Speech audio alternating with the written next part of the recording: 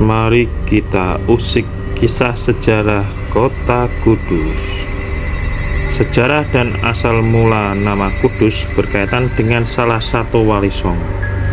Kabupaten Kudus merupakan salah satu daerah di Jawa Tengah yang terletak di antara Kabupaten Jepara, Pati, Grobogan, dan Demak.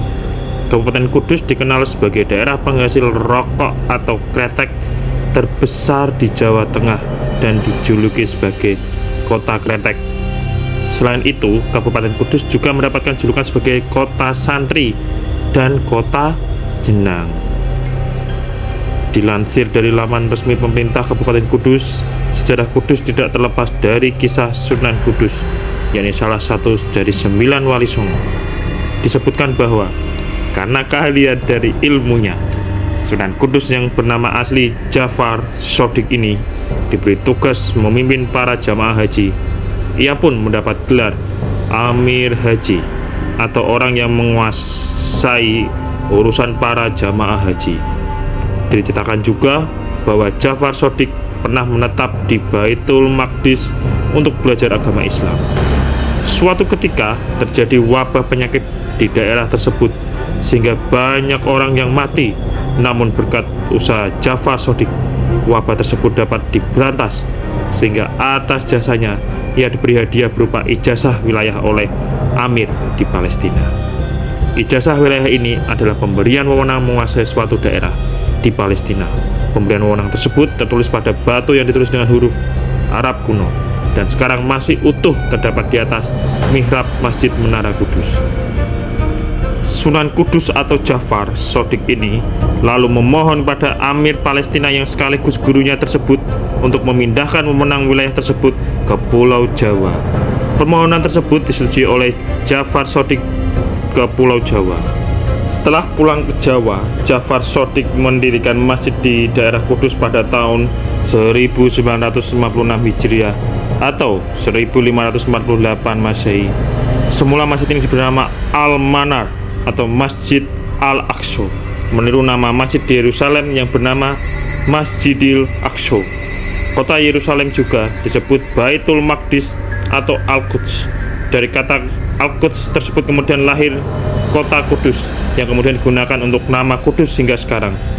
Sebelumnya Kudus bernama Loaram dan nama ini masih dipakai hingga sekarang sebagai nama sebuah desa Loram sampai sekarang ini.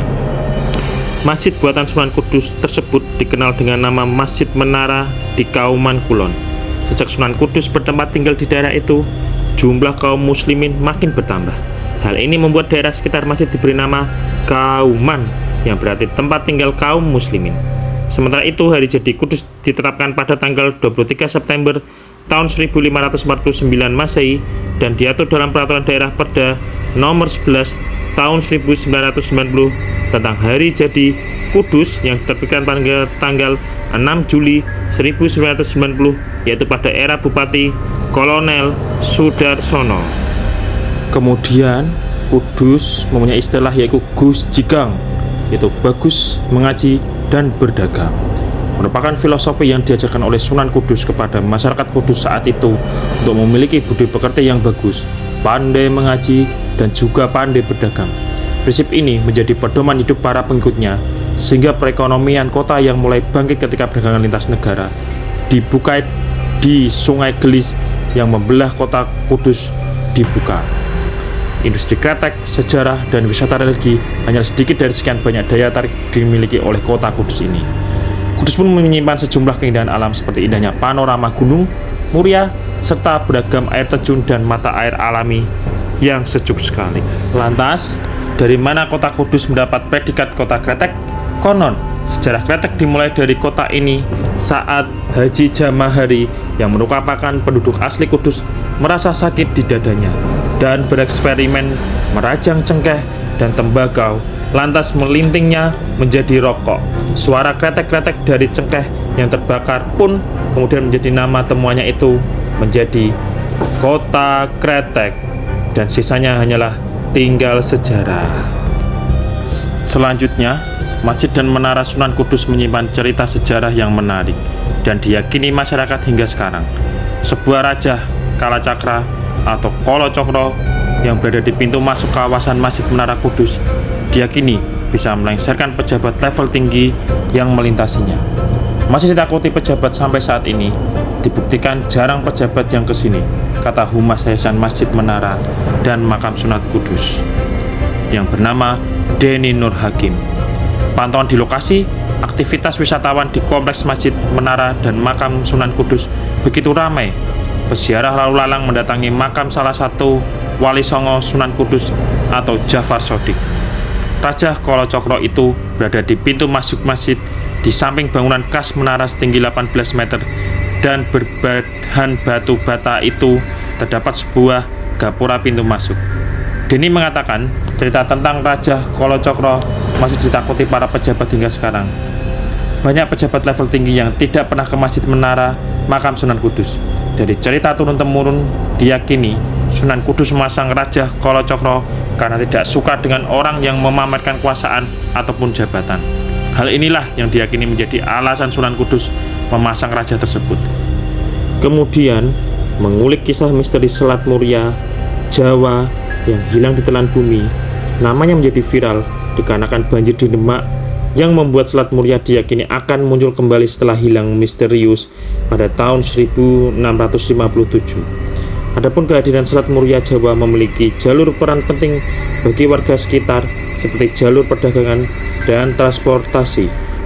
Sayang, adanya pendangkalan terjadi membuat Selat Muria menghilang. Namun terdapat kisah mistis yang dikaitkan oleh orang zaman dahulu mengenai hilangnya Selat Muria Jawa.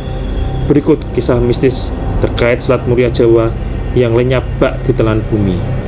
Yang pertama, ditemukan fosil hewan laut. Mengungkapkan awal mula kehadiran Selat Muria diketahui oleh masyarakat saat ini dikarenakan ditemukannya bekas fosil hewan laut. Di situs itu ditemukan beberapa fosil hewan laut seperti moluska, ikan hiu, penyu, dan buaya. Diperkirakan fosil-fosil itu sudah berumur di atas 800.000 tahun. Tidak hanya itu, ditemukan juga sejak sebuah hunian kuno yang beberapa temuan lainnya seperti fragmen gerabah, keramik, perhiasan berbahan emas. Fosil ini pun tersimpan pada situs Pati Ayam di Kabupaten Kudus.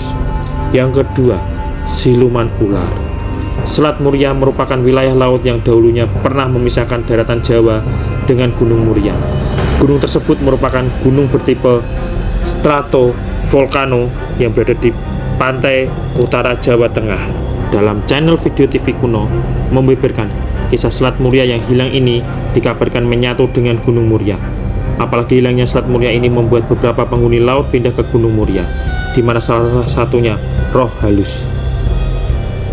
Konon ada sebuah batu bernama Watu Bantot yang dipercayai dihuni sosok siluman ular berkepala manusia. Yang ketiga, meminta tumbal. Banjir di Demak yang terjadi pada 17 Maret 2024 membuat masyarakat sekitar mempercayai bahwa Selat Muria bakal kembali muncul di tanah Jawa. Namun kehadirannya bahkan memakan tumbal. Salah satunya tumbal para korban banjir di Demak. Kemudian, sosok siluman ular dikaitkan sebagian masyarakat Indonesia sudah tak asing dengan kisah mistis-mistis yang terjadi di Indonesia, yaitu di Kudus dikaitkan dengan Bendungan Logung. Bendungan Logung ini merupakan bendungan yang dibangun di perbatasan desa Kandangmas dan desa Tanjung Rejo.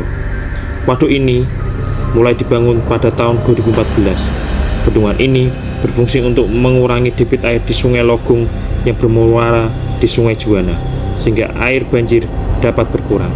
Pesona Bendungan Logung ini sulit untuk dilewatkan, sebab bendungan ini menyuguhkan pemandangan perbukitan yang mengelilingi bendungan. Selain itu, wisatawan juga bisa mengelilingi bendungan dengan menaiki perahu, tetapi di balik keindahan ada hal mistis yang menyelimuti. Banyak cerita seram yang tersebar dari mulut ke mulut. Masyarakat sekitar mempercayai adanya kerajaan gaib yang berada di tempat Bendungan Logung. Pada malam-malam tertentu, sering ada suara-suara aneh seperti perempuan menangis. Tak hanya itu, banyak warga dan pekerja melihat ular besar di Bendungan Logung. Salah satu penjual di Bendungan Logung mengatakan ada pembeli yang tidak bisa melihat Bendungan Logung, seolah-olah ada sosok bertanduk yang menghalangi pandangan pengunjung tersebut. Pengunjung tersebut juga melihat kerajaan gaib besar di bendungan, tepatnya di sekitar kantor bendungan. Pembeli itu melihat banyak penampakan seperti pasukan yang menjaga kerajaan dengan tubuh tinggi kekar. Terlihat juga penampakan pemukiman warga kerajaan gaib dengan cat warna-warni. Ada juga penampakan 2 ular besar berkepala manusia yang menjaga kerajaan gaib itu. Di bendungan Logung, yaitu ada 2 ular penjaga, yang satu berwarna putih dan satunya berwarna semu kuning. Pembeli itu juga berpesan kepadanya untuk berhati-hati jika memasuki area bendungan, karena makhluk gaib di sana tidak suka jika ada manusia berlalu lalang di area kerajaan gaib. Terlebih makhluk yang di air bendungan itu seperti mau menarik orang yang berada di sekitarnya. Pengalaman mistis juga dialami warga lain saat itu menembak ikan besar. Anehnya saat didekati, ikan tersebut hanya diam. Dia pun terkaget-kaget saat melihat ikannya berkedip. Teman-temannya pernah melihat sekelebat bayang-bayang putih melintas di atas bendungan. Cerita lainnya saat pembangunan bendungan itu, katanya ada satpam baru yang bertugas. Namun selama beberapa hari satpamnya tiba-tiba meninggal, padahal tidak ada riwayat penyakit serius atau gejala lainnya. Kabar-kabar itu dijadikan tumbal. Kemudian pernah ada salah satu satpam yang bertugas di malam di sana. Katanya ada sosok pocong yang menampakkan diri. Setelah kejadian itu, satpamnya tidak masuk kerja beberapa hari gara-gara kaget. Sejak diresmikannya bendungan Logung, sudah ada 2 orang pemuda yang meninggal di bendungan Logung saat memancing, dan kejadian itu dikait-kaitkan dengan hal-hal mistis. Namun hingga kini kerajaan gaib, ular-ular penjaga, dan kisah bendungan Logung yang mencari tumbal tidak ada bukti kebenarannya. Itu hanya mitos yang berkembang terkait bendungan Logung. Banyak yang percaya, banyak pula yang tidak. Namanya juga mitos. Terima kasih yang sudah menonton. Semoga video ini bermanfaat. Semoga kita selalu diberi kesehatan, keberkahan, dilancarkan dalam pekerjaan, dan selalu dilindungi dalam setiap apa yang kita kerjakan dan dalam setiap segala hal yang akan kita lewati. Terima kasih untuk kita semua.